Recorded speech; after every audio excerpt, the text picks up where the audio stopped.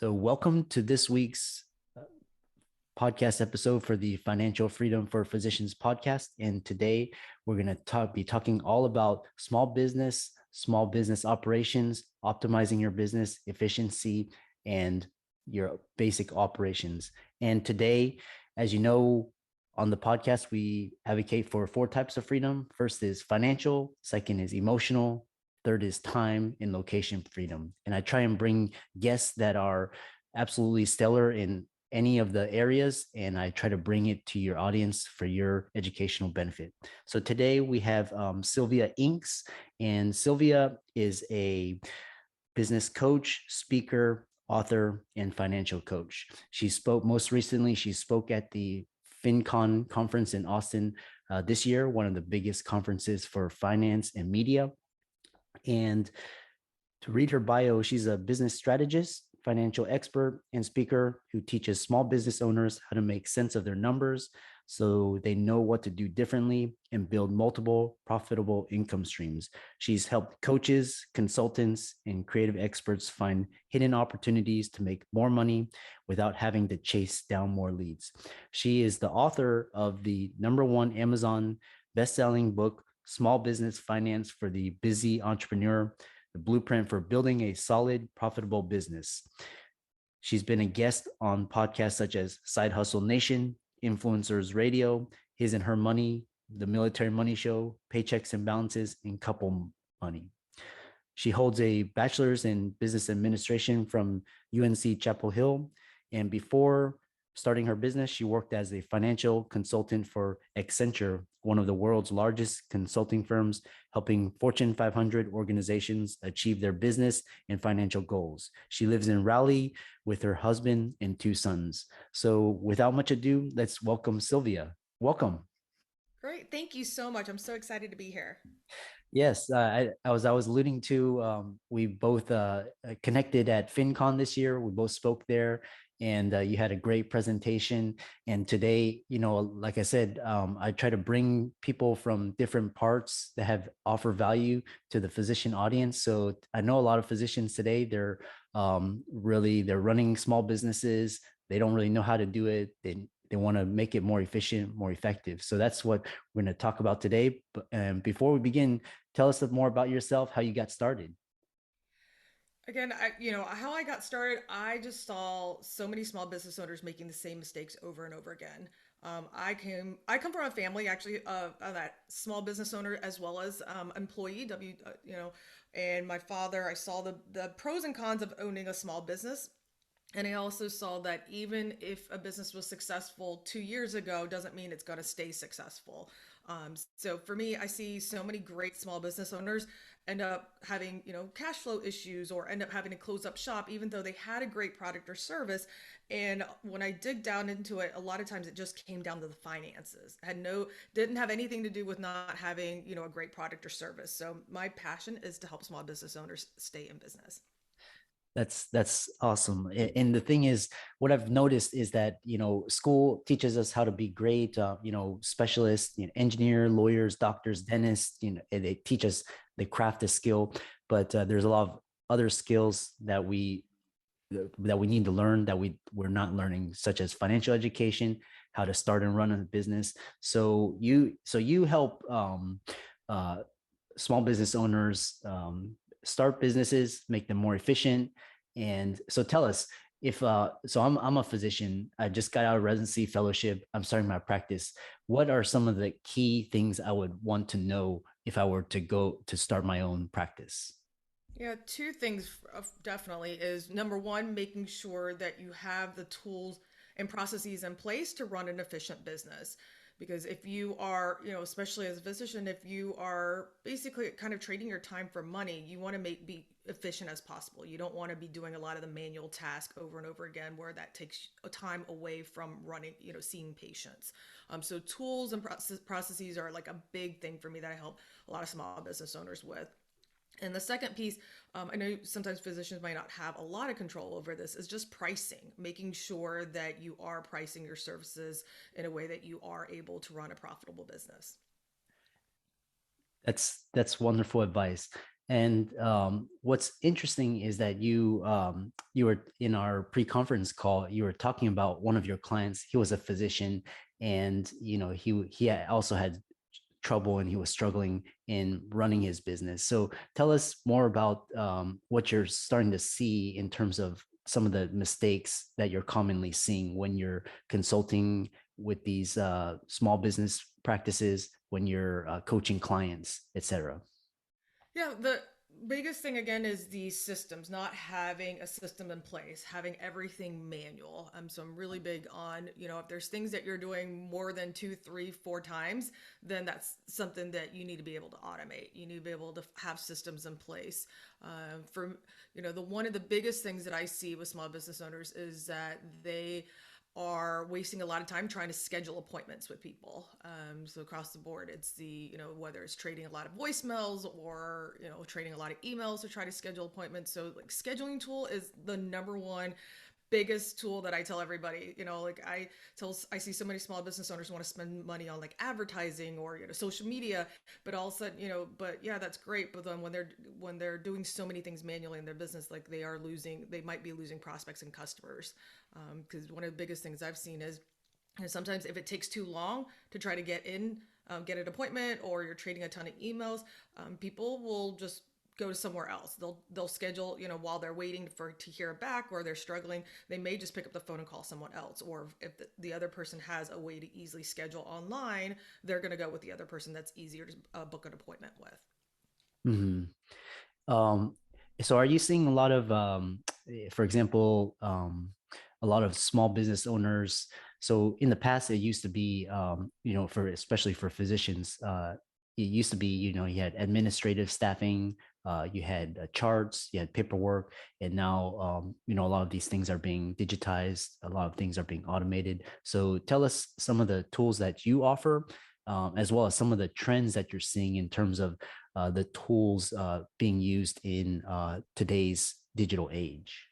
Yeah, so again, I think probably biggest one again is the scheduling, having a way for, sometimes I get it, like sometimes new patient appointments is not as easy. You might want more information, but having a way for repeat clients to easily be able to schedule appointments with you, after, without having to physically talk to somebody, that can be time consuming.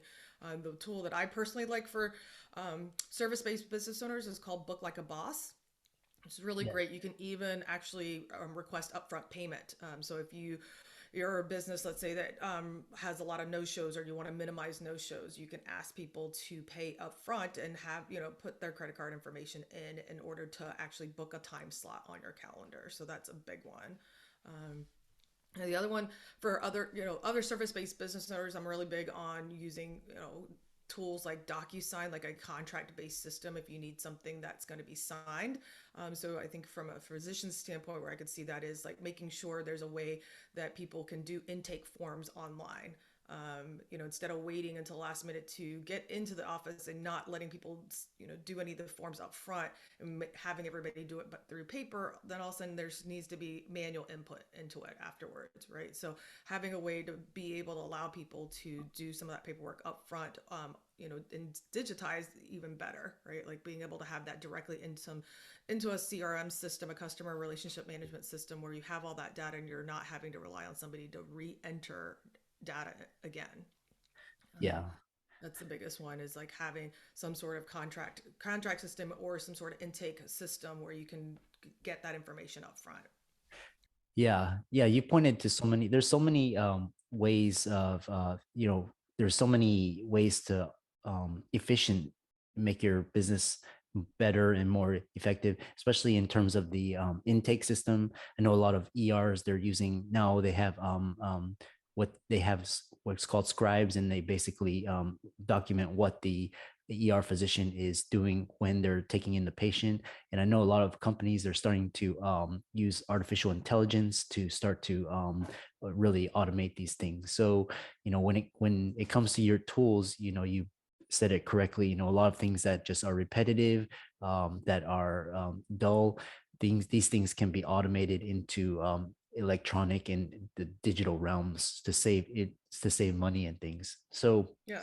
especially if there's ever a fire, right? Like, I mean, worst case scenario, if something happens, like if customer data is like lost in a fire, like having a digital backup somewhere is going to be huge. I mean, another one of the biggest things that I tell all small business owners that they need to have is a cloud system, right? Yeah. The biggest ones that I recommend to a lot of the small business owners I work with is a cloud system like a Microsoft, Office 365. That's really popular. I'm not sure if there's specific ones in the physician realm, but definitely having a way where everything is digital. There's a system where if there's employees or freelancers or anybody else that's working on your team can also access it offsite if need be. Yeah, cloud. Yeah, cloud is very important. I know Microsoft is really big in now the cloud, Amazon as well. So, and what are the, from your standpoint, what are some of the potential savings that a practice can be, save, or the investment costs upfront, and what are some of the savings down the road if they were to employ some of your tools? One, I mean, like I mentioned for the scheduling tool, like you may be losing prospects that you don't even realize. I'll share just a personal example. I did have a scheduling tool. I have always had a scheduling tool, but there was one prospect that it was a warm prospect. They were ready to hire me, but they just wanted to get on the phone with me. And by the time we traded emails back and forth, where I was trying to give her additional times that we could meet outside of my scheduling tool, Uh, by the fourth email, she said, thanks for your time, but I already hired somebody else that I could meet with sooner. So yeah, I lost out on a $2,500 deal, prospect because it just took too long to get on the phone. So I think that's the unknown, right? It's how many patients or new patients would be willing to see you, but it just took too long to get on the phone with you, or no one called them back, uh-huh, or it took too long to call back, and they just went with somebody else that they could get into an appointment sooner. yeah, So there's definitely lost sales there. yeah, Um, yeah, and the definitely. I've biggest one noticed. too to lose. Go Go ahead. ahead. I've noticed. I noticed, especially with scheduling. There's, if you can put everything in automated and just everything easily scheduled, it makes so much easier instead of having the back and forth. So, and I know you had a thought as well. I guess, well, it's following up a thought about the scheduling. I have a local acupuncturist that I've seen, and it was great. He was one of the first, acupuncturist clinic in the area where he had a scheduling tool online. It was like you didn't have to, if it was a Saturday and you realized you wanted to book an appointment, you didn't have to wait until Monday to book an appointment. You just go on the website and easily book an appointment by yourself. Yeah. So So again, booking, there's yeah, so booking. scheduling tools a big one that I see that a lot of just physicians are missing the ability to make it easy for people to request appointments up front. Okay. Do you offer any tools for billing, or I know that's quite complicated because you have a lot of billing codes and you have to deal with insurance. Do you do any?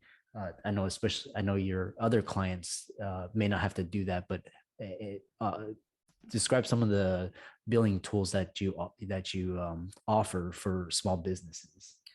Yeah, the one that I work with, again, not specific to physicians, but in the one that I love the most is FreshBooks.